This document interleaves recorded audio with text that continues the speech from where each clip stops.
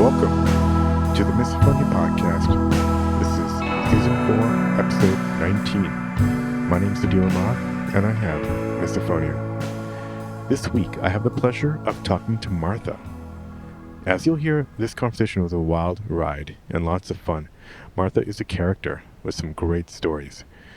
If you've ever thought about running into the middle of a street to yell at a honking cab driver, or snapping at other kids eating pizza, well, Martha can tell you all about how that might go. Also, lots of dating experiences discussed here as well. She's also very active on Instagram at Martha Recovering Out Loud. You see, Martha is not only in recovery, but also very active in supporting the sober community at large. You can find more information through her Instagram, which I will link to from our social media as well, and in our show notes. You'll find Martha's posts, her recovery podcast, sober apparel, and a lot more. There's so much to get into in this episode. I really didn't want to cut off Martha's stories. Now, please buckle up for this lively conversation with the one and only Martha. Might as well jump into it so they keep all these surprises or whatever for the show. But yeah, I have kind of a crazy twist. Is that so I'm in recovery. I'm over 3 years sober, and I found out I was drinking copious amounts to almost deal with my misophonia when I was out. I would have to get drunk enough to just not give a shit because I was triggered constantly. When people do their straws in the ice when their drink's running out, I would just sort of punch them. Yeah. And it just seemed the more I drank, the more I could just tune out the fact that I was in noise hell. But I've also I got a slow clap out of a bar once for going off on some very loud, annoying people because the rage kicked in, and I was like, "Do you not realize there's other people here?" And then the bar clapped. They slow clapped, leaving? yeah. Okay, at me yelling at them. They were finally. I was just oh my god, yeah. So I'm usually the person that calls out people, but then I realize they're bothering other people too. But I'm the only person that rages out and says something. Right. Yeah, I had a friend of I called out this one guy, and my friend's oh my god, you said what I've been wanting to say for 15 years. It was his friend of 15 years, and I was could you just chew with your mouth closed just for a second, give it a shot. Yeah. And then completely swallow so I don't have to hear it in your throat afterwards. Yeah, jiggling and around. Smacking. Yeah. Oh yeah. Yep. No, we'll get it. We'll get into all those. It's gonna be fun. I want to just get started and say, okay. Oh, Martha, welcome to the podcast. Good to have you here. Thanks for having me. Great. Yeah, it's gonna be fun. But yeah, why don't you let us know kind of around where you are and what you do? I know you have a podcast too. Yeah, so I am on Instagram. I am Martha Recovering Out Loud. A lot of people know me from my work in the sober community, and I'm a sober activist, and but also, I have brought misophonia, it's such a part of my life that anybody who really knows me has been thoroughly educated. It's one of those things that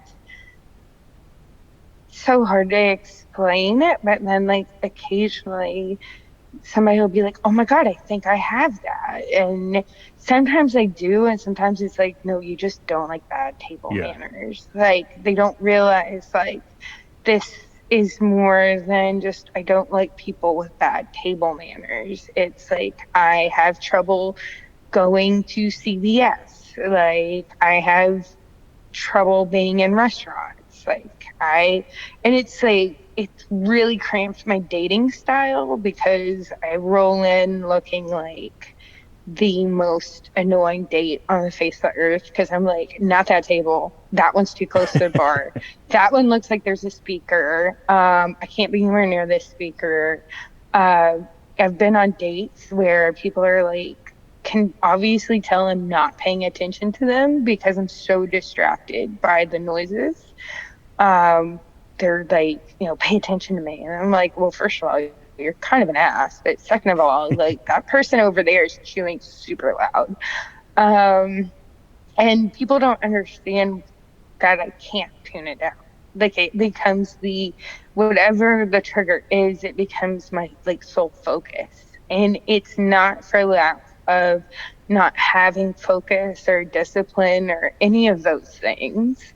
Um, and I was eating lunch with a friend the other day, and first thing I said when we sat down, I was like, God, this music's loud. Are you sure we're not by a speaker? And he's like, it's not that bad. I'm like, okay. And we start eating, and then I'm like, oh, I'm like, I might just have a panic attack. And he's like, this can't be that bad. Then all of a sudden, like this, like 60s, like acid trippy music came on that was a lot of like, like, and I'm like, oh my God. And then, I go, I have this thing called misophonia, and I just like, I can't, I'm so sorry. And I wanted to run. Like I run out of places like a Muppet, like a Kermit the Frog run. Like I'm just like, ah! Like the most embarrassing is when you're at a store and you have like an armful of stuff, and then all of a sudden you just drop your shit and like run out the door, and you feel like everybody's looking at you. And the most embarrassing one was I was with my son and we were at TJ Maxx, and I don't know so first of all, TJ Maxx is always triggering to me, but usually I go in, like I'm going to the home section and I'm leaving. But my son and I actually had to shop for something. Like we were looking for a gift or something like that. Yeah. So, but like perusing stores is not my thing. Like I just can't. It's like getting underwear, go in, go out. And all of a sudden they started making all these announcements over the loudspeaker, and I'm like, when the did TJ Maxx get a loudspeaker? And so there's all these things over that, and then like there's people, and I start getting like the people are too close to me and I'm sweating. And then like one thing that's very embarrassing is I live in New York City, so I hear every language known to man. And I think, some languages, especially like, like Israeli, like any of the accents that have a lot of to them. Right. I don't mean to be like, my son swears it's the most embarrassing thing because I look like a racist, because certain languages have Are certain more throaty. tones and sounds. Yeah. Right. And I mean, it's just, it's so involuntary that you almost don't realize, like, on your part, when you're, as your reaction. Yeah, absolutely. Yeah, I don't realize. So part of this trigger was like the loudspeakers going, people are, there's lots of noises. And then I go to turn a corner as I'm like racing out. And I'm like trying, I'm dropping my stuff, I'm racing out, and I turn the corner, and I don't know what language it was. It had nothing to do with it being another language, but it was very throaty. And like, my son goes, I audibly went, oh. And my son was mortified and just like walked really far away from me as I ran out. And he was like, Mom, do you know what you did? And I was like, there were so many noises. He was like, those people's faces. And I'm like, oh my God, I didn't mean to. Like, it's not like I don't like them. It was just when you're in the middle of an episode, it's just the noises seem to start stacking on top of each other. And that was like the straw that broke me. Yeah, no, there's a sharp onset and then there's a quick spiral. So it's right. It's very bizarre. And yeah, you almost lose control of your action. And right. My sister calls it the asshole disease because for the longest time I can see that. she just thought I was an asshole. And Right. then my Over the short sister being, temper, or yeah. yeah, like, and she also thought I had a hatred for fat people. Huh. Um, because of the chewing, but I'm originally from Kentucky, which has a very ample Large, population. exactly, an ample population of ample people, right? Yeah. And so like my family used to make me go to buffets all the time because buffets are a big thing in the South. So like your Ponderosas and Golden Corrals, and I mean it's just a mecca of chewers. And Right. they didn't Especially the understand. red meat and the toothpicks, and yeah, Yeah. big And problem. they didn't understand like why I was just so agitated when you would take me to these places. Like they came up with every reason except for I could possibly have an auditory sensitivity. And I'm like, it's not that I dislike the people. It's not that or my mom got mad at me once, like that I was being uppity because I didn't like buffets. And Oh, I'm she's like for being a like, snob. yeah, like I was a food snob, like I was too Yeah. good for Golden Corral. And I'm like, no, just like everybody's walking around eating and like the way they have the tables set up, it's not even like it's too It's a bit much. tight. What age was that Yeah. then when you started to notice this stuff? So the usual I've realized through my research that the Uh, my onset was about the same as everyone else's, probably around the age of 10 or so. And I also, in my research, found out that the first trigger is often a sibling. Ah, okay. Yeah, it's And usually a family member. So yeah. yes. And I believe and also misophonia is hereditary. And I believe my dad had it as well because, and this is so sad, but my sister chewed horribly. And like to the point, and this is why she was the first one to say it was the asshole disease, because every time she would start eating a snack or like eating around me, I would just be like, oh, and leave the room. And also, like, dinner time, like, we did that whole family dinner thing. And like, my best friend has misophonia as well. So she has the exact same experience as like family dinner time was Oh yeah. just horrific. And then, like, if you ask to be excused, you can't be. And, my sister, sadly, she was the one that was triggering me. So, and Was it it ever your affected parents too, it or? um it wasn't my parents until later in life. Mhm. Like I don't know what it is with people, but as they get older, like they just like I don't know. I think my mom like gave up on chewing properly or something. I don't know what happened. And then she started sucking her teeth and I'm like and got this obsession with toothpicks and I was just like, God, Mm. I Mm. don't remember you being this bad. Like, what happened? And then like, but my mom sucks, and I don't talk to her. But she would just be like, "Get over it," and it's like, I'm like, you don't understand. I can't. Like, I just can't. And so yeah, that was like kind of like the initial onset was just my sister chewing. And I remember my dad didn't like it either. And I mean, he would tell her she chewed like a cow, Mm. which this is the big problem. My sister was overweight. Mm. So it really wreaked havoc on her self-esteem because she thought me and my dad didn't like her eating because she was Ah, overweight. It had nothing to do with the weight, it had to do with the sound. So that's why I say that my family got this idea that I didn't like fat people. gotcha. And I Okay. was like, that's not it. It's that I don't like when people don't chew right. I don't care how big a person is. Like, How were you maybe expressing it at that age? Were you just kind of like you're running I out? would, Were you able to I would use any just words be, to?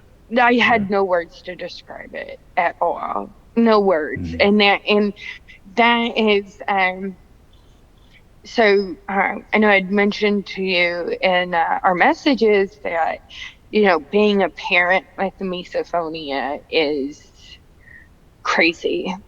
It's crazy just Right. So because, your son like, has. So did you say so my son, yeah. my oldest son has misophonia, and what's interesting is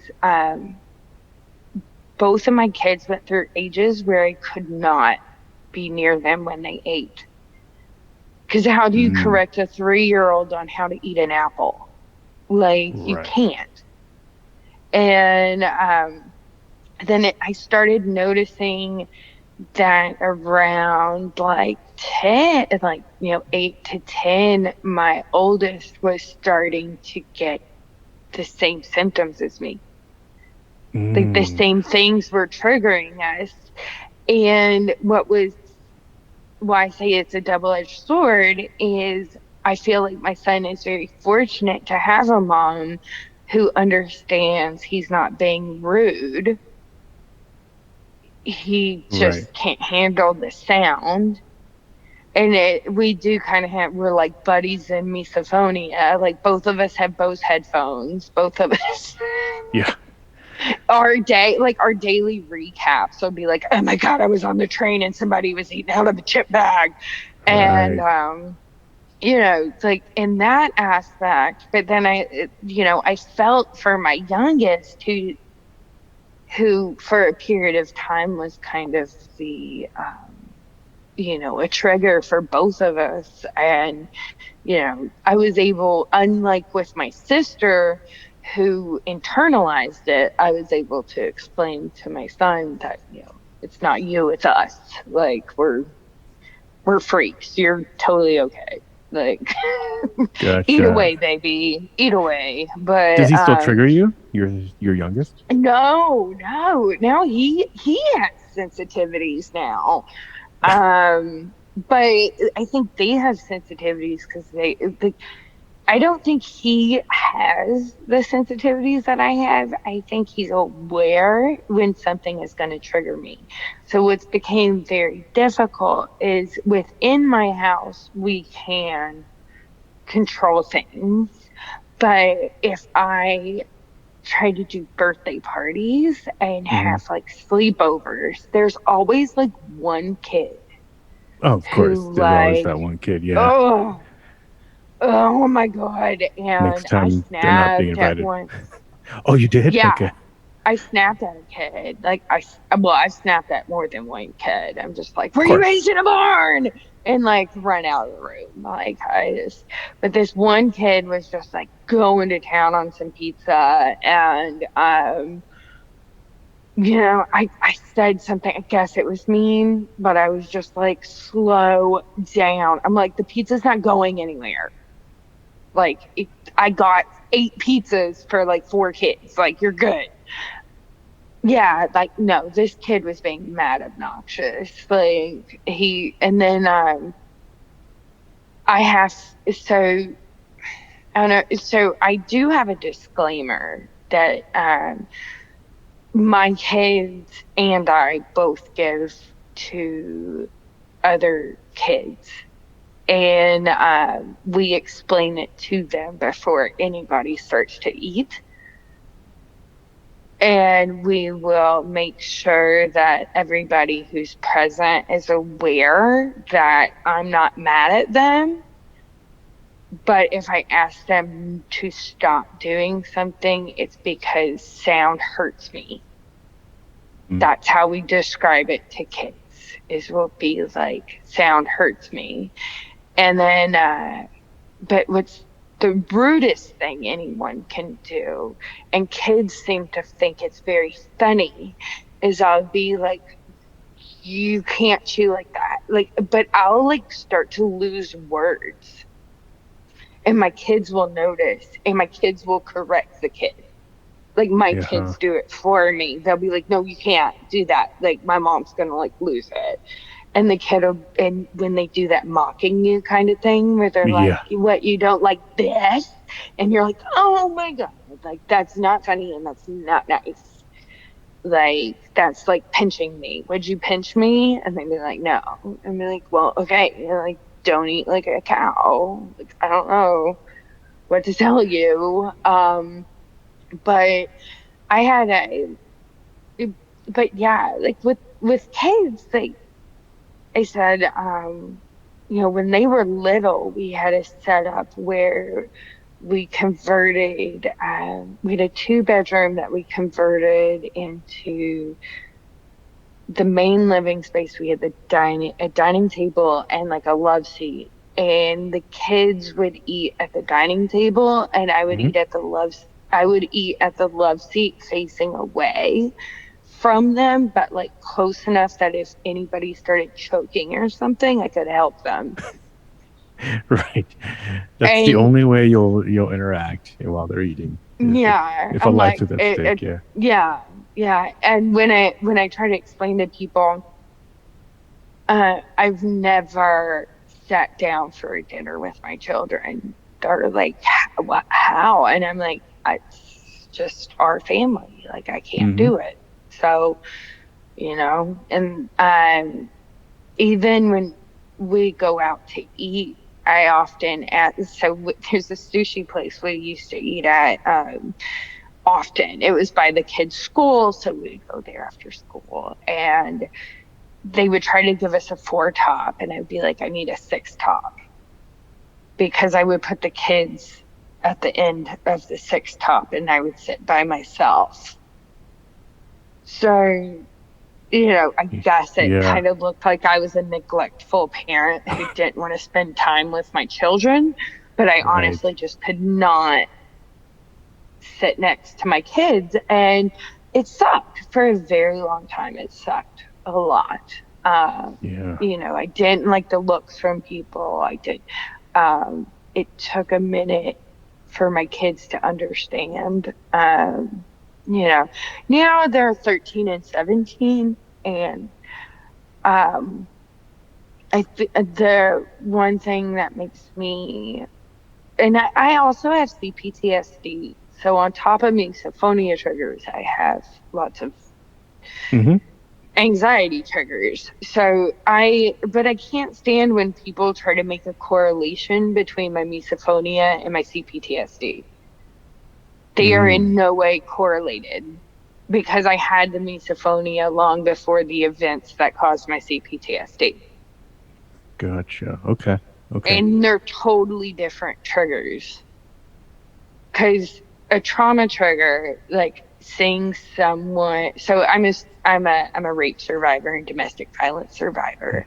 So seeing someone or being in a situation that triggers my trauma responses is almost more manageable than my misophonia triggers.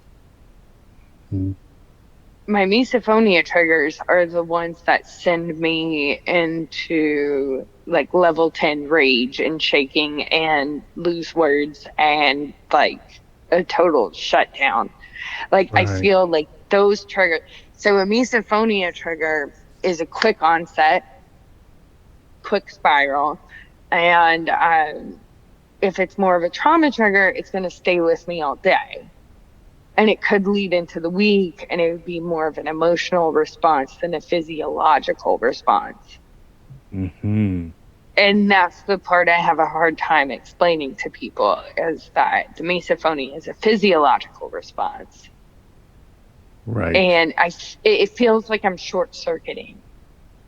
Like I just like don't feel like I'm not myself anymore. I'm this person I absolutely can't stand. Like I wouldn't want to be around me. And like when I was out in the world dating a lot, I remember this one guy told me I should list it on my dating profile because apparently my misophonia made the date really bad. But I also did not know he had a cleft palate. So maybe he should put that on his dating profile. Yep. There you go. If you're listening and you have, that's interesting. We should do a miso Be like, dating set where we have all these check like, boxes too. Yeah. Favorite yeah, foods, like, oh, cleft palate. you're telling me that I can't be sensitive to the fact that you can't breathe through your nose and eat at the same time, and like you didn't tell me that that's a thing. Like, you know, dude, we're both screwed up. Like, just deal. Like, don't put the onus on me because your mouth's messed up. Like, my brain's Right. messed up.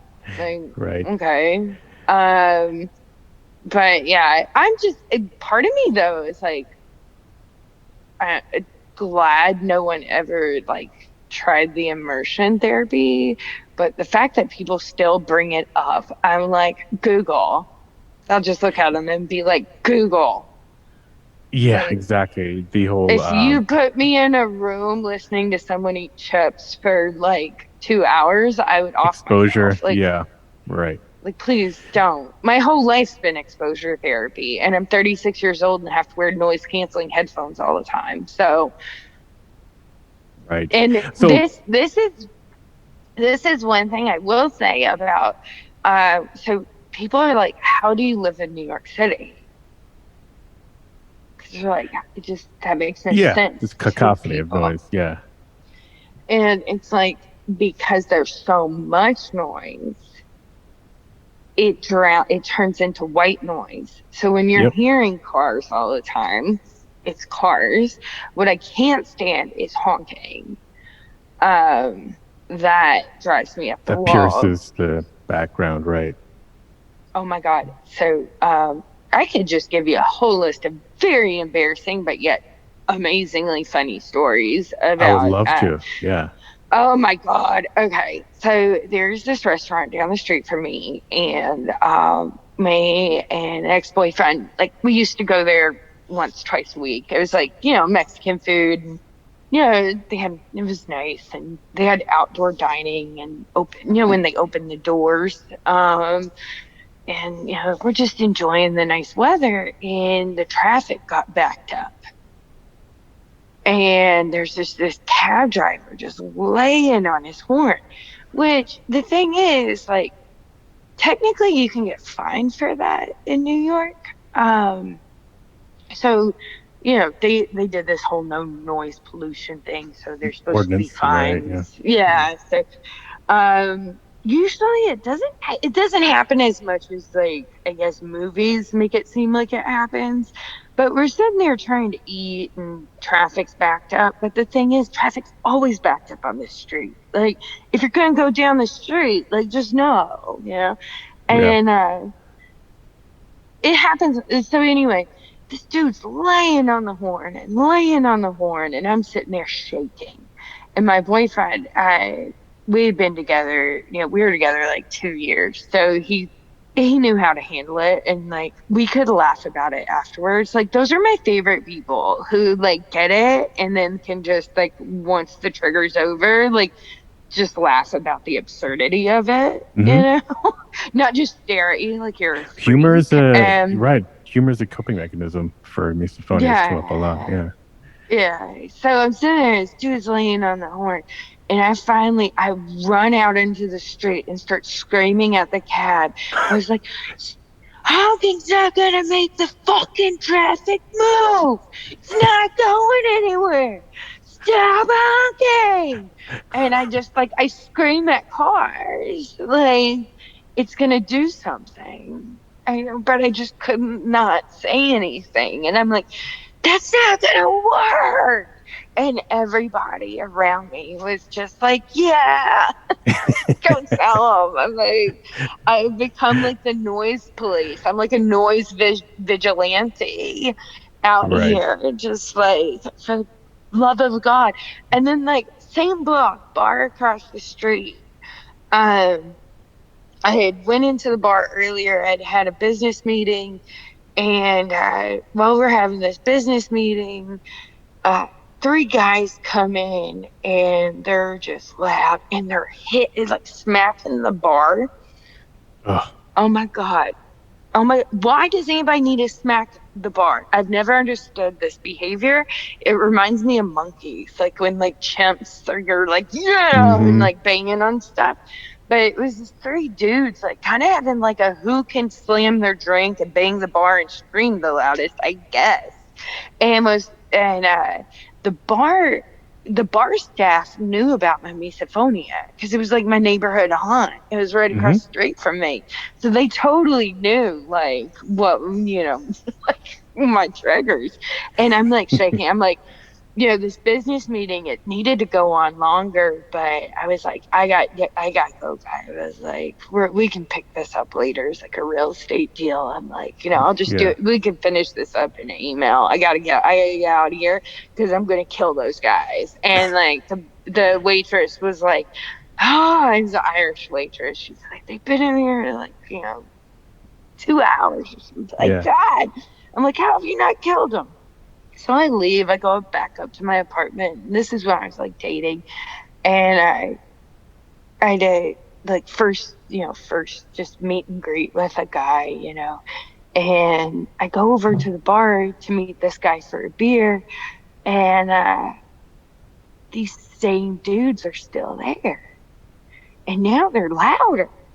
And there's a whole bar of people, and I can just tell everybody's fed up.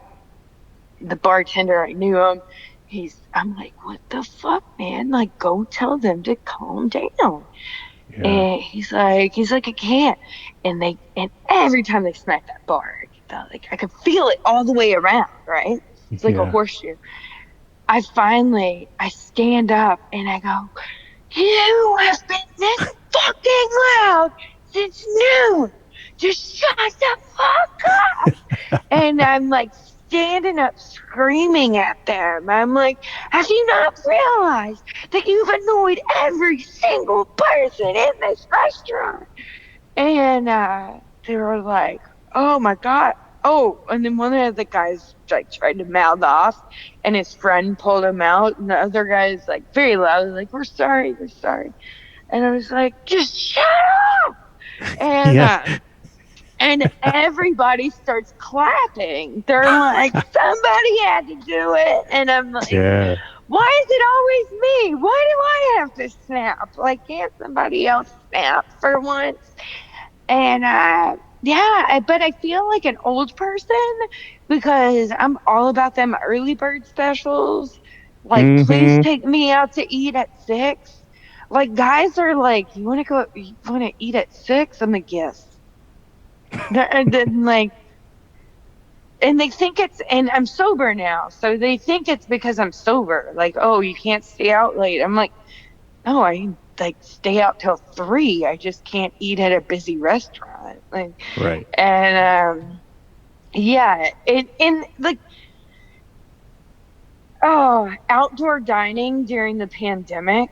Yeah. Oh my God, that was a nightmare. Like, I want to eat and listen to traffic noises, which also, why do people with shitty Hondas like take their spoilers off or whatever? Like, I don't understand Or that. mufflers, maybe, or Yeah, to yeah. get They the. take their mufflers off. Like, why? Like, you drive a shitty Honda. Like, why do you have to make it loud? I don't understand that. Also, so one of the reasons I brought up New York City is that what happened during the pandemic, and one of the reasons I invested in the $400 special Bose super noise canceling headphones was that as the city emptied out with the pandemic, all that white noise Oh, it went of the away. bustle was gone. So normally, like I said, you have all the city noises and they blend into one white noise. Maybe I'll Yeah. notice someone talking kind of louder on the street or something, but I never really had street issues until the pandemic. And so we had less traffic, we had less people on the street. We literally had, it was the streets were deserted, but then that meant every motorcycle that went by, every person speaking loudly, it was just amplified to me. And now, like I was referencing it the other day when I was having lunch with my friend, and I'm like, oh my God, this music. I had to put my headphones on while having lunch with a friend so that I could complete the lunch. But the thing is, the volume was probably set at the regular volume, but Mm, restaurants are only at 25% capacity. So yeah. now I don't even have the white noise of the restaurant bustle. So this Right. like void of, it's becoming very annoying Yeah, it's interesting with world. the yeah. We're able to now look And back at the pandemic, and it's like, yeah, early on, maybe it seemed there were some pluses. Well, there are, still some pluses of like being able to avoid people easily and have an excuse. yeah. But there have been issues though with, like you just described, and also just being with the same people all the time, obviously being, having that kind of Oh yeah. claustrophobic sense, I guess. Yeah, so your anxiety is already up a bit. Like, I've got this new thing where I don't know how my son can run the faucet in the kitchen 27 times in a row. Like, and he wears noise canceling headphones because he has misophonia too. So he doesn't realize how loud the friggin' water is. And he'll just say, like, and I'm just like, the water. And, yeah, so it's kind of a mess. Uh, But one of the things that's been driving us insane is since the streets in New York have been emptier, people have found it, and I live really close to Times Square. So, like, just for reference, I can Hmm. hear the, like, New Year's Rockin' Eve from my Okay. apartment. Okay. So, on the weekend, all the motorcycle groups come to ride through Times Square because it's Yeah. cool and it's fun and it's wide open now. Well, Right. motorcycles are really, really loud. And Oh, so I get to absolutely. hear the revving and the back. So I can't, yeah, and I hear it. I mean, I'm a super high floor and I can hear it. And I'm just like, this is insanity. The other thing that I'm very concerned about with coming out of the pandemic is the fact that I I feel like maybe I had a tolerance that I built up, and I feel like I'm scared that tolerance is gone Yes. Right. Right. because Yeah. my reactions when I have been out, like with the incident I was describing at TJ Maxx, that was pretty bad. That was probably one of the worst episodes I've had in a very, very long time. And I don't know if it really is that TJ Maxx got more annoying or that I just hadn't been anywhere in a very long time. Yeah, that's interesting. And We'll know more, I guess, as we start to come out of this. Uh, right. And like that Leah said that the lack of white noise that comes with crowds, mhm. uh, that's scary to me. I think a lot of that And will come back, though. I mean, it might not be right away, but yeah, that but white right noise will now, come back. while we're at limited capacities, Yeah, like yeah. I froze my gym membership and was just like, I can't, Oh, yeah. like I I killed mine. can't Yeah, because I can normally drown out someone breathing heavy around me because there's other people working out and the sound of the treadmills and the sound of, but when, I mean, there's only like 10 people working out, I hear every dumbbell drop. I hear every grunt. I'm like, yeah. It's the okay, grunts and the coughs for me. Yeah. yeah. But have you got to the point to where even if you you know how misophonia can go into, is it called kinesophonia, where repetitive motions, I get Uh, repetitive motions cause the same reaction. yeah. So misokinesia, I think. I mean, at least I've been using it in terms of like just visual triggers, whether it's Yes. motion or watching, seeing somebody eat Oh, if across, something's in my, yes, the someone eating poorly. That's why at a restaurant I always want Right. to face another way. But if I'm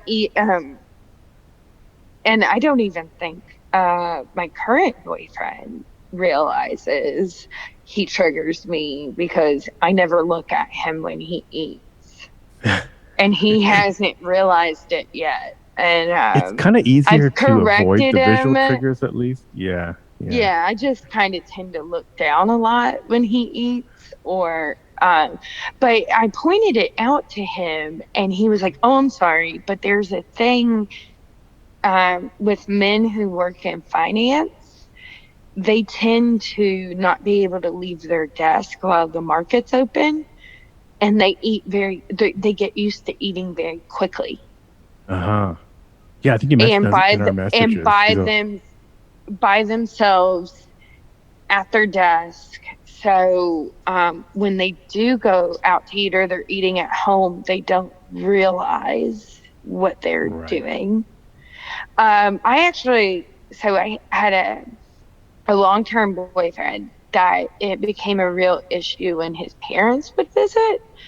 And my misophonia led his parents to believe I was a total bitch and hated them because I could not eat with them. Yeah. That But that was were you able to explain it at that point? And did they he not believe you? tried, Or I tried, also they were British. And there was a lot of things about me that they didn't get. Mhm. I was too forward for them. I was too, and then on top of some like social, like just, oh, cultural differences. On top of the cultural differences, I am, unable to eat dinner with them. So Mhm. now it's like, Mhm. oh, she super hates us. And I'm like, oh God, I don't hate you guys. But his dad ate poorly. And I remember we were at the table and I was trying to deal with the kids and then the dad chewing. And I slammed my fork down. I didn't even realize I did it. And I throw my hands up and just like ran from the table. And I'm in the other room, just like, we were talking marriage, we're raising kids together. These people are going to be a part of my life Yeah. forever. And I'm like flipping out, and to them is no reason. Mhm. Mhm. And, I have to admit, like being a single parent, and also the fact that don't really, I, my father passed away and I don't speak to my mother or like any of my family really. Um, Single parenting with my two kids is probably my best coping mechanism because I don't have to worry about this stuff.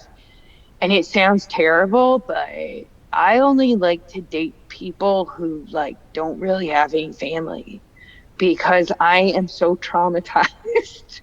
Mm. Mhm. So you don't like to date It's people who scary. you don't like to date people who have kind of an active large family because No, you just want to focus because on your own, or because you just don't because want to do because you've had such bad experiences with family. I've had such bad Yeah. experiences with having to have them visit, have dinners with them, go to large gatherings, go to, Right. just explaining myself. And then my my disease has progressed to the point that I'm having, if I see repetitive motion in my peripheral, I can't take it. I can't if I'm in a restaurant and somebody's talking with their arms too much, that's too much for me. Hmm. Um, ooh, I didn't get to tell you the story about the time I threw bread. Oh, let's hear it. Um, yeah, this is a good one. Um, so me and my ex, we went and this is the one that really handled it well and totally got it. He thought it was like hilarious. He was the one that was there when I was screaming at cabs.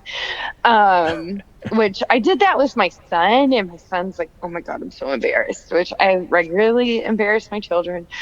Right. But and I feel bad in the parenting sense in that my oldest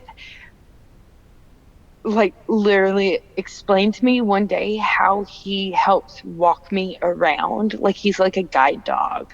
He can Hmm. see a trigger coming from a mile away and will like have me switch sides of the street, or he'll unexpectedly be like, "Why don't we go over here?" And I'm like, Yeah. "What? What?" So anyway, I was at this restaurant and I was so hungry. I was so hungry. So I'm already hangry. We go and we order the food and it's taking forever. And then turns out there was a speaker next to me. It was a Turkish restaurant. So if you're Mm, familiar with Turkish music, yeah. it's yeah, it's not exactly pleasing to someone who doesn't like high pitched noises and a lot of like sitar kind of sounded music, I guess. I don't know. So anyway, um, I'm sitting there, and all of a sudden they turn the music on, and it's just like ding ding dong, and I'm like, oh my god! And my boyfriend's laughing at this point because he knows I'm about to lose it, and I'm just like, you're such a jerk, right? And and I'm like, why don't we have any bread? Like, where's the bread? We're supposed to have bread. And so I'm losing words now at this point. He can tell this is getting bad. I don't know. Do you lose words? Like you get to the point you just can't even explain what's going on? Yeah, well, what happened? I mean, your concentration, like I said, your mind shuts down, your concentration is gone. So yeah, your faculty over words, yeah, starts to Yeah, disappear. I turn Absolutely. into toddler speak. I'm just like, voice down, but more, Yeah. and you're like, and then somebody tells you to calm down. You're like, oh, I'm going to freaking kill you now.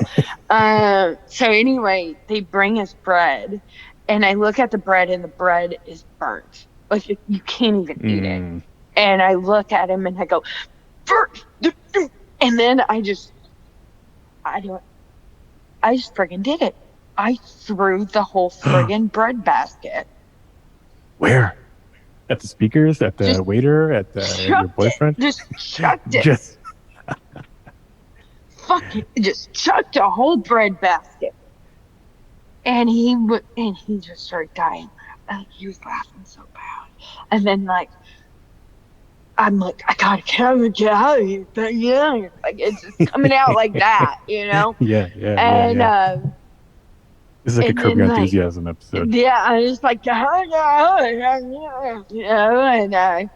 and finally he was just like I ran. I ran. I lived a block away. I ran and he's laughing and like said like leaving some money on the table for him. He's Yeah, like, stop making the food. And I'm outside yeah. pacing and like jogging in place. I'm like, what is going on?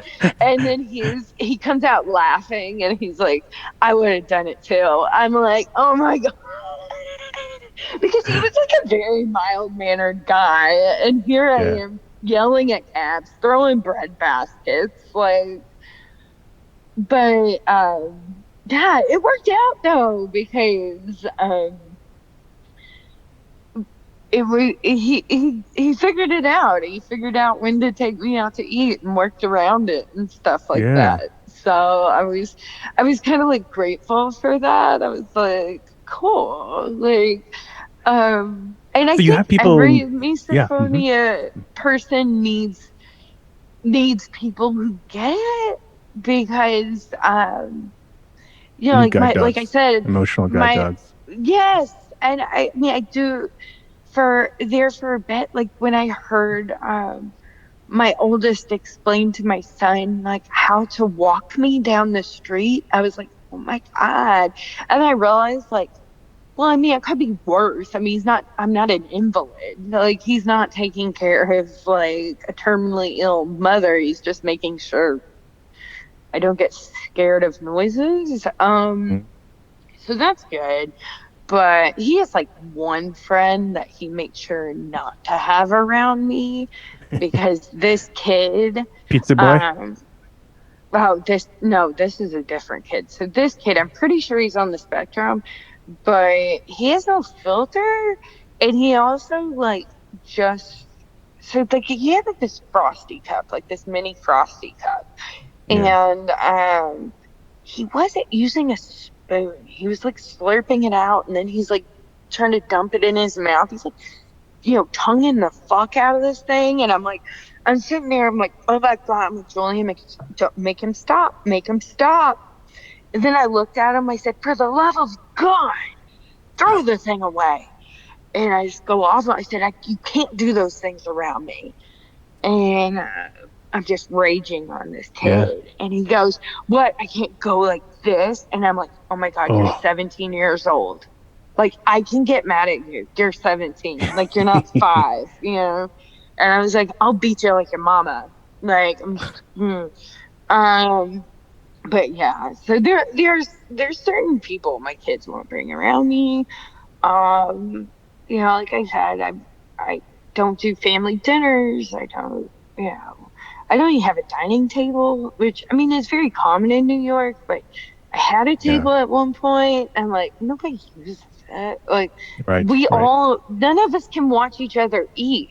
So, whatever. Right. One thing, but like I was telling, we spoke about before the podcast. Like I said, I'm over 3 years sober. Yeah. And one of the things that I realized because I was a barfly, I was a bar drinker. I wasn't really an at-home drinker. But if I was at the bar and I was getting triggered or people were starting to get loud, or like the worst thing was when I would show up and everybody was already 3 or 4 drinks in and I wasn't there yet. So everybody's being loud and obnoxious Mm. and I'm not there yet myself. I would just like Start downing them. downing them like super Yeah. fast so I could get through it. So then, another thing that happened though was once I got sober, there were people I had to stop hanging out with because I noticed like a friend of mine, she was so loud. Like, we went because there was a point where I was trying moderation. I was like, okay, I'm just gonna have because every alcoholic tries moderation at some point. Right. And I'm like, I'm just gonna have a beer or two and go home. But she starts triggering me and she's so loud. And I remember I went to the bathroom and I could hear her and I'm like, oh my God. And I sat down, I started doing shots and I'm like, this isn't gonna work for me. So yeah, I just, I quit drinking altogether. But I realized that quelling my misophonia was contributing to me drinking so much. I mean, I am Gotcha. definitely an alcoholic. Yeah, I was gonna Definitely say, an alcoholic. were there sounds like No, there were even, multiple factors because you were having even, all this, yeah, yeah. yeah. The misophonia did not help my drinking habits because, Gotcha. it's bars are loud, noisy places, and like yeah, people doing their straw in their ice, it just makes me want to stab them. Why are you playing with your drink? Like I'll just look at him and be like, what are you, like 4? Stop playing with your food. Like, ugh. Yeah. Also I have one other person in my life that is just the biggest trigger ever, is my stepdad. Oh my God. So he is hard. He's hard of hearing, so I don't think he real always. And he had a lot of inner ear issues, so I think it affected his chewing as well. So my mom goes when I'm like 13, 14 years old and basically starts dating the biggest trigger load ever. And one of his things is he's one of those people that has to get every bite off his plate. Oh, yeah. So he's like tap, tap, tap, scrape, scrape, scrape, like with Right. The this. utensils. Yeah. Oh, people don't get how grating utensils are to me. That's the other restaurant thing. That's why I'm like, don't seat me near the bar, but also don't seat me near anybody, and also don't seat me near a speaker. Like, what, you want me to eat in the bathroom? Like, And they'll Yeah. and I've been a server and I've been a hostess, and I understand they have sections. So they don't really like when you're like, see that far table over there? I want that one because it Right. screws up the rotation for the rest of Right. the night. And I'm like, Right. that's just how I roll, man. I need pretend like I'm super famous. Like, Yeah. Well, you do keep that. yelling at cabs. Keep yelling at cabs. You will be famous in New York. At some point, Oh you might yeah. already be. You might already be. There's Um, probably a video. you, Um, there's an Instagram of you, I guess. Probably. Yeah, that's interesting. So, Yeah, like um, Karen gets mad at cabs, like so yeah, I guess. So you've been. I'm curious. Have you ever gone to see a professional? You're an advocate, obviously, with your recovery work. I'm curious if you've seen therapists or any kind of professional, maybe on the NISO side.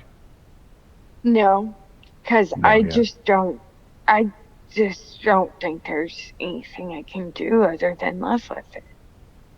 yeah. You're not wrong. There's no cure, that's for sure. That's kind of why So, we're all talking about it. so why try? I mean, all I can do is try to manage, and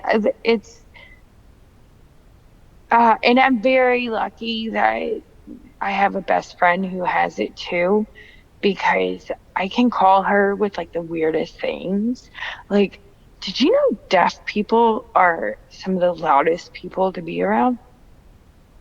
Well, they can't hear Because themselves, so yeah. no, no, when they sign, there's a lot of hand Oh, hitting. right.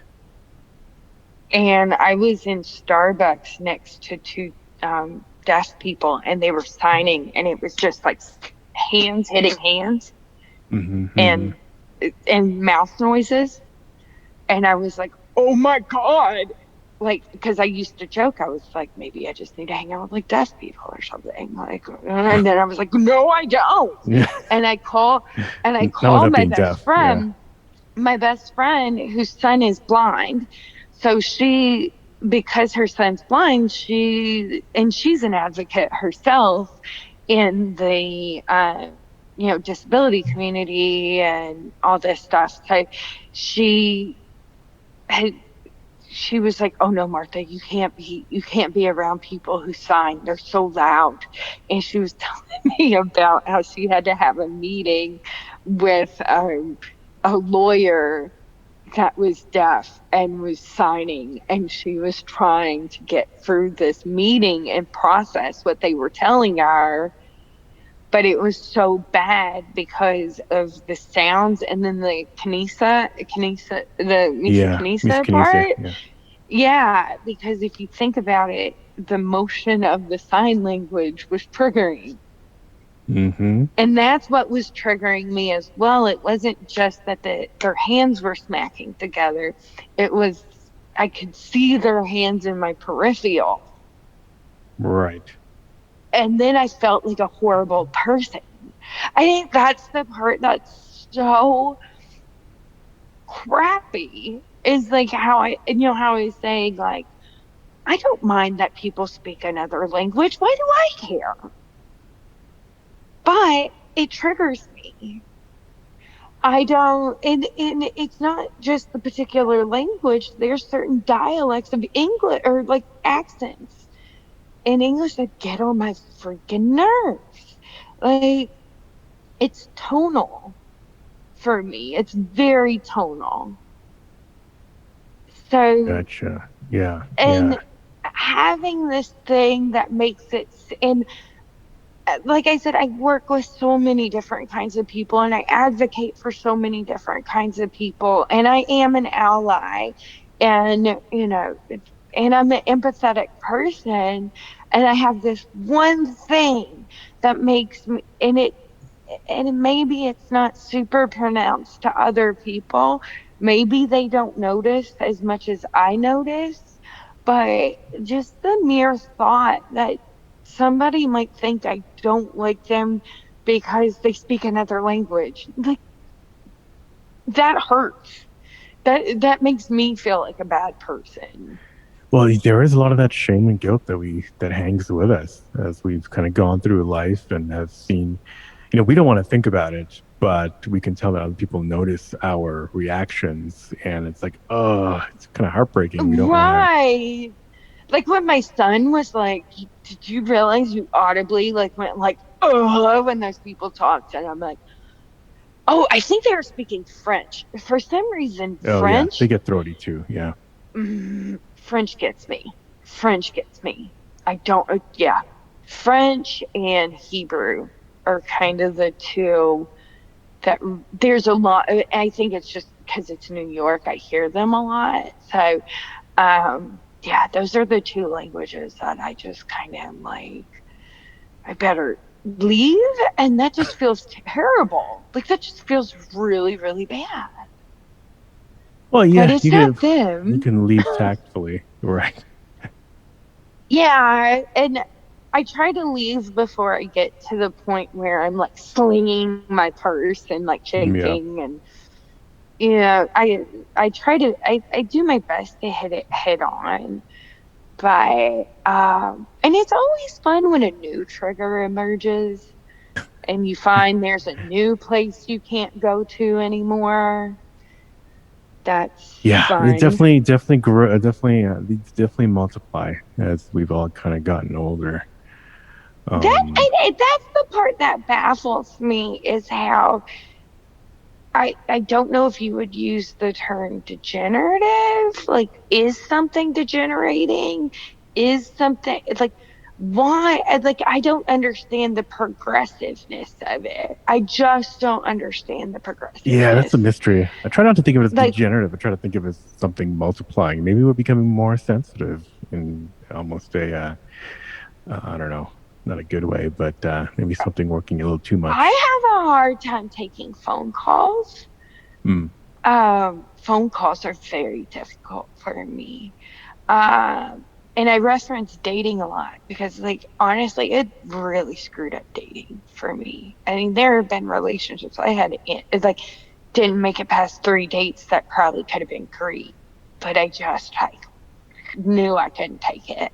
hmm Um, and even I had guys like, keep trying, like, and I'm like, but you always order soup. Like, stop ordering soup. And it's like, I just told a man what he can and can't eat. Yeah, that's hot. Everybody Right. wants a partner that scolds them. I heard that's what men are into. Um, like, just be bitchy. Yeah. Yeah. So right now, I think the only reason my current relationship has made it to a year and a half is we live very separate lives. Oh, so you don't live together? You're with your No, sons, and yeah, yeah. I, I, I, I don't know. Maybe this bubble living is, at hmm some point I'm gonna have to. But I feel like I've managed around it. Like I have my blog, and I'm a dog walker, dog sitter. I take care of pets. hmm So I think, I found workarounds. Like dogs don't trigger me and I can walk a dog with noise canceling headphones on. hmm Um, it was huge to my sobriety to not have these situations like I was describing where I was at. I had a client, I was helping a client as a personal assistant. I was helping a client find an apartment and, where the whole drinks thing. And, you know, I think I'm better off dealing with pets and that's fine. And I'm making a living with it. And I do public speaking.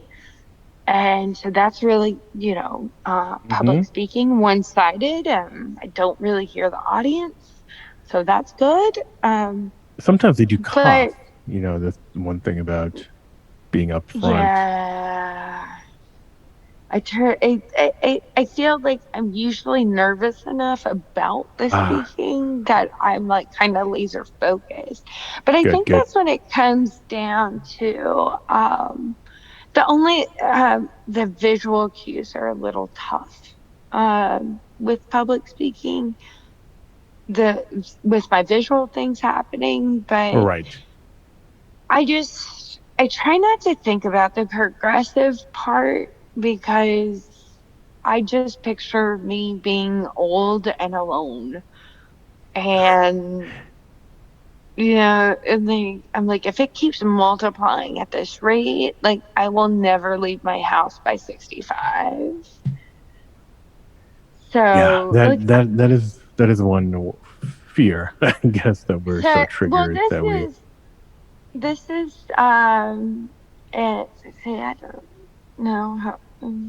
So this is the thing that's upsetting with me is like with my son, I I have to have so I have one prescription I have to present my ID to pick up, Mhm. or you have to present a ID, and my children aren't old enough to get it. So most of my prescriptions I can send my son to pick up, but if I go to the pharmacy, I can't handle CVS.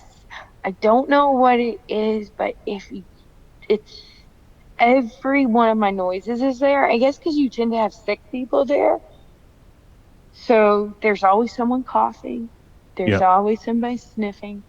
But I went into CVS one night and there was a guy watching an a homeless guy on a scooter, on like a hover round, eating chicken out of a plastic sack, watching an NBA game with no headphones as loud as he could right by the pharmacy stand. That is every noise I hate rolled Hmm. into one. And I didn't have words. I basically like threw my ID down and my son had to finish the transaction for Hmm. me and get me out of the house or get me out of the CVS. Out of And I CVS. was like Yeah. squeezing his hand walking down the street.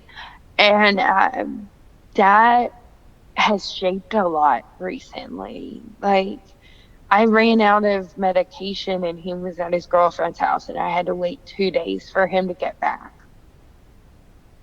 And Wow. I was like, I can't go there alone. And that's scary. Being a grown woman that needs an escort to go places. Yeah. Wow. Yeah. Well, you can get So, them delivered at least. Well, I mean, that's the one good thing out of all this, pandemic BS is yeah. the increase in delivery. Um, Yeah. but again, that keeps us at Everything. home. So yeah.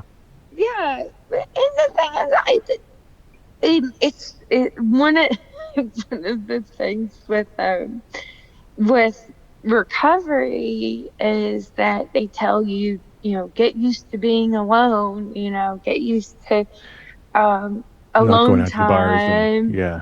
Yeah, get used to being, and everybody tells you to meditate and get used to your own company. I'm like, hell, I've been doing that forever. I'm good. Like, that's the one part, like when I'm counseling people about sobriety, and they bring up the like, I don't want to be alone thing. I'm like, that's like my dream. Like, I'm sorry, I can't relate to you on that fact. Like, you know, It's the interesting dichotomy. We're afraid to be alone, but we love to be alone. And so it's like how that balance is yes, found is how is kind of our challenge, I guess. exactly, exactly. I mean, and I guess not until, I was thinking about, the podcast and everything, and I was like, um, trying to picture my life without misophonia. And like, I definitely feel like I would have a much different life. Mm-hmm. And because I'm a super outgoing person, and I do feel like I have this like great personality, and I'm 36 and I'm not married, and dating's a nightmare, and I have this boyfriend that I can't even look at him when he eats, and I feel like I, and and when you talk about your own personal worth, like I know my worth. I'm not like somebody with a bad self-esteem or anything like that.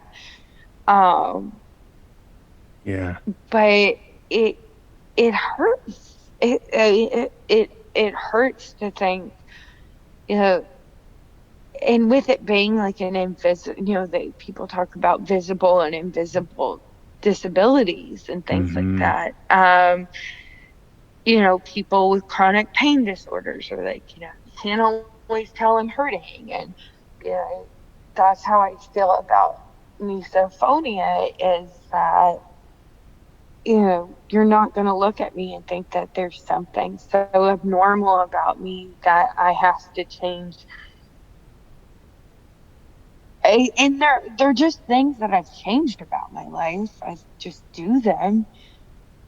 But as they've started to accumulate and add up with age, it does. And I don't know if it is common, between like 35 and 40 to kind of be like, where is this headed? Yeah. Because the start age is the same, right? Like it's kind of like people have the same kind of onset Right. in that it's around puberty, sort of. So I'm Mm-hmm. wondering if it's a very common retrospective and to have at my age. Like, what would my life be like if I could socialize normally, or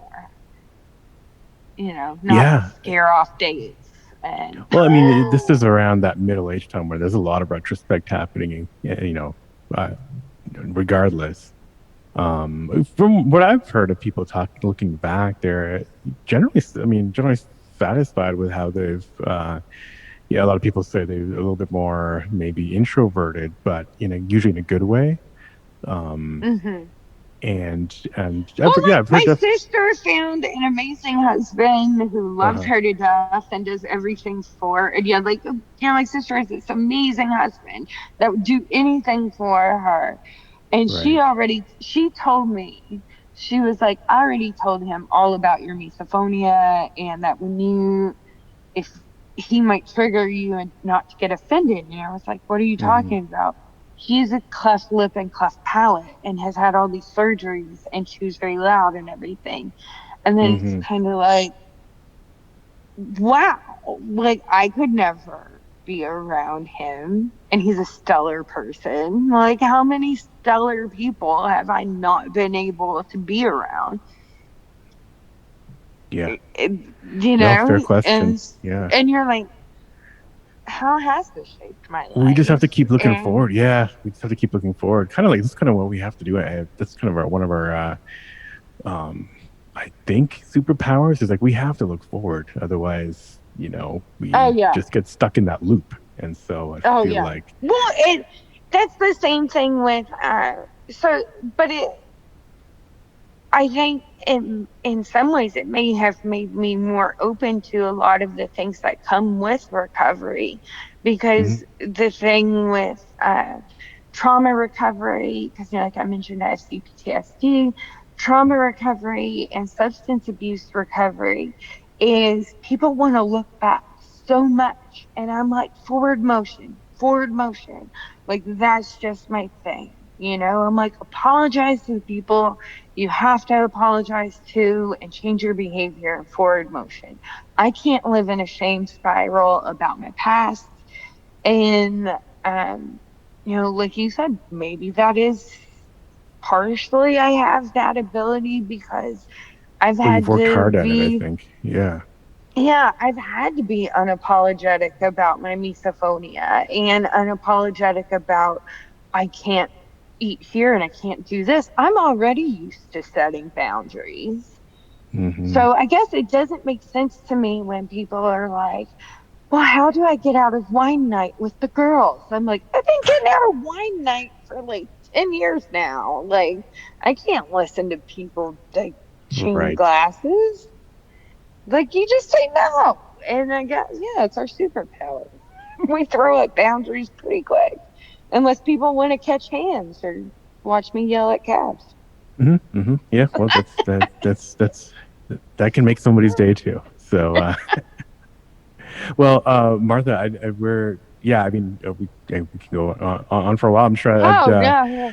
it'd be If you ever interesting to need me hear. back, I'm Yeah. around. Well, I was gonna say, yeah, it'd be right. It'd be interesting to hear maybe how this relationship goes. I wish it the best and everything, and um, yeah, and I was gonna say post pandemic. I'm curious, yeah, how things if that white noise comes back for you. He's a generally Mm-hmm. quiet man. It's Very just good.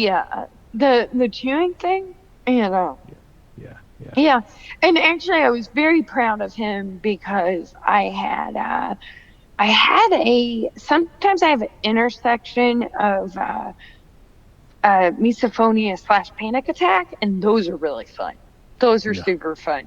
But what happened was we got in an Uber, and the Uber driver, I swear to God, the car had no shocks, and he was hitting every pothole on the way. Like we Yeah, only had to yeah, go 25 blocks. And I don't know, do potholes bother you? They bother me. Like when I get a really bumpy ride, yeah. it's it's almost the same kind of trigger, like because it's It's repetitive. jarring. You can't concentrate on anything. You're right. Yeah. Right, right.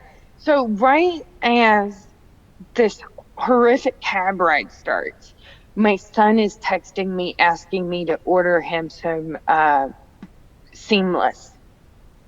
But of course, Mm-hmm. my kids don't just want a pizza like a normal kid.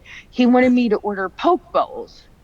So, and Yeah. one wants this, and one wants no edamame, and one wants no spicy sauce. And I'm like trying to do this order, and the potholes are hitting, and I'm like, and I'm losing words, and I can't breathe. And for the first time in me and my boyfriend's relationship, I saw him like handle it well, and like get me out of the car and help me focus, and kind of be like, make a decision. I'm like, kids are getting pizza. Like, and Yeah. when we got up to the apartment, he knew to back away, because the first time he witnessed a misophonia episode, he tried to calm me down, which Yeah. That's a resulted double-edged sword. Yeah. in a just let me spin out. Like, I literally was like, can you just go sit over there for a minute? And it's like, you can't talk to grown men this way, Martha. But I have to for the sake of my sanity. Yep. So, and I was lucky enough that this happened further into our relationship as opposed to when it's happened early on, because I Right. think he would have taken it more personally if it was in the first few months of dating as opposed to after a year. Right. Right. Well, that sounds very. I mean, that sounds like a promising path so far. Yeah, it'd be Yeah, great. I think Great to have you on with more stories oh post my pandemic, gosh. and then with this with Yeah. this with this gentleman, Mr. Wall Yeah. Street. Um, Mr. Wall but Street. yeah, so I'm gonna Yeah. definitely have links to your podcast, your work. Yeah, no But worries. is there anything anything else you wanna share? Any other like Um, one last crazy story that you want oh, to one share last before we sign crazy off? story. Oh my gosh. Or no, Oh I don't my want to put you on the gosh. spot, but No, no, I got one. I got one. good. Okay. So my stepdad got the sugars. He got diabetes. And my mom, in her infinite wisdom, went and got him no sugar whipped cream. Not just one can. She got a Costco 6 pack of industrial size can. Now, my stepdad, God love him, has the eating habits of an 8-year-old kid, and he loves his sweets. So he was hitting that can every friggin' second. And on top of that, I was pregnant. And he would just he was putting that whipped cream on everything. And for some reason in my mom's house, noise carries so bad. So between the utensils on the plate and the chair, you'd hear. Yeah. And he would go to the fridge, and it was like he was putting it straight in his mouth. And it was just, we're hearing this like all the time. And I'm like, is he putting it on his pork chops? Like, what food does this man not put this shit on? And I'm losing my mind every time, right? So I'm back in the bedroom, and it's driving my sister crazy. It's driving my brother crazy. We're back. We're hiding it. We're hiding from the whipped cream cans. And then here comes my mom. She's like, give me that damn whipped cream. I go, no, you get out of here. You bought it. It's your fault. You go.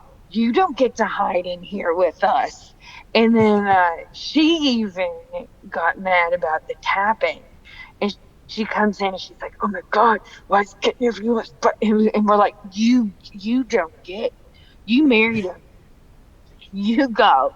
So my brother had us dying laughing because he does the best impersonation of the whipped cream can. He went to the fridge and he's like, guess who I am? We're just like, stop. So, like I said, humor is the best. Yeah. No, I And think. I feel like in family units, like once everybody, and it does suck because it does feel like one person ends up being the butt of all the like trigger jokes. Yep. There's always that one person who's like the Right. person. And, you know, it is what it is. I mean, like I said, if I don't hate my stepdad or like despise him in any way. That's he is so lucky he did not get a whipped cream can jammed down his friggin' throat. But I couldn't believe my mom bought so many at one time. That was the other part that was so funny about it. Where like it's like never ending. Like I remember one time I was like, "Can I just throw them all away?" And she's like, "No, he has diabetes. He has diabetes. He can't have sugar." Oh boy. Like, Okay. Yeah. That's great. That's great. Yeah, but it's not that I have like a thing against the so the whipped cream can sound. It's not the worst sound, but when you hear it a lot, I think that's Right. a good takeaway. Is that misophonia people, we can handle One, a maybe one few and a half. sounds, a Right. few sounds. A couple taps isn't gonna kill us, right? A couple utensil taps, not gonna kill us. But if you're tapping it like every bite you take, I'm gonna stab you with a fork. There was also the time that I almost stabbed my sister at the Hard Rock Cafe. My family thought it was a good idea to take me to the Hard Rock Cafe where there's just loud ass music and Yeah. utensils and crowds. This dessert came and my sister went for the dessert first, and I grabbed a knife like and almost stabbed her, and she looked at me and she goes, "You were gonna stab me." I'm like, "No." But they were playing like Nirvana super friggin' loud at a restaurant at Yeah. That's Universal Studios. Like, don't. You heard that, folks. If you're starting a restaurant, don't play that. Horrible Don't. concept. Right. Don't have cabs coming over. I've made jokes about starting a misophonia restaurant where everybody gets a bubble Oh, and is I want to hear required about to that. chew I'll invest. quietly. Right. Well, I've Oh, yeah, thank you. I've thought about doing a Yelp for musophones where at least we can leave reviews on, like, where we can handle which restaurants, which parts of the restaurants, things like I that. joke with my So, best friend that I promised to.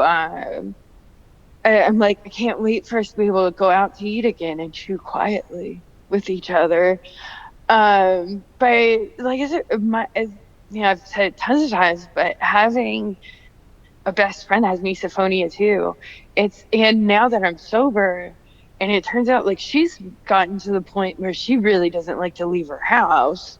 mhm. So I just go visit her and we do Yeah. puzzles together with our headphones on. Oh, beautiful. Yeah. It's really great. We're just like we enjoy each other's quiet company. Again, yeah, another interesting positive note. Unique way of handling these. Actually, I've never heard of that, but that's I'm just picturing it. What, that two Playing puzzles people with like to headphones hang out and with do $500 puzzles with headphones their on your right. And I like that there was somebody who were like, when people comment on how expensive my headphones were, they're like, oh my gosh, those are the expensive ones. I'm like, yeah, they keep me safe and you even safer. I love that line. I don't do it for yeah. me, I do it for you. Well, let's end it on that. Let's end it on that note. I think we all get that. We all understand that phrase. That's a good one. We'll have to have that printed on T-shirts. Well, Martha, this thank has you been so great. much for having me. Yeah, of course. Yeah, good and luck with everybody can everything. follow me at Martha Recovering Out Loud. Yes, absolutely. I'll have that link in the show notes, and I know on Instagram too when I post this. Thank you, Martha. I hope you were able to all hang in there for the whole episode. If you made it to the end, you were treated with some incredible stories, so good for you. If you liked this episode, don't forget to leave a quick review, or just hit the 5 stars wherever you listen to this podcast. Music, as always, is by Moby. And until next week, wishing you peace and quiet.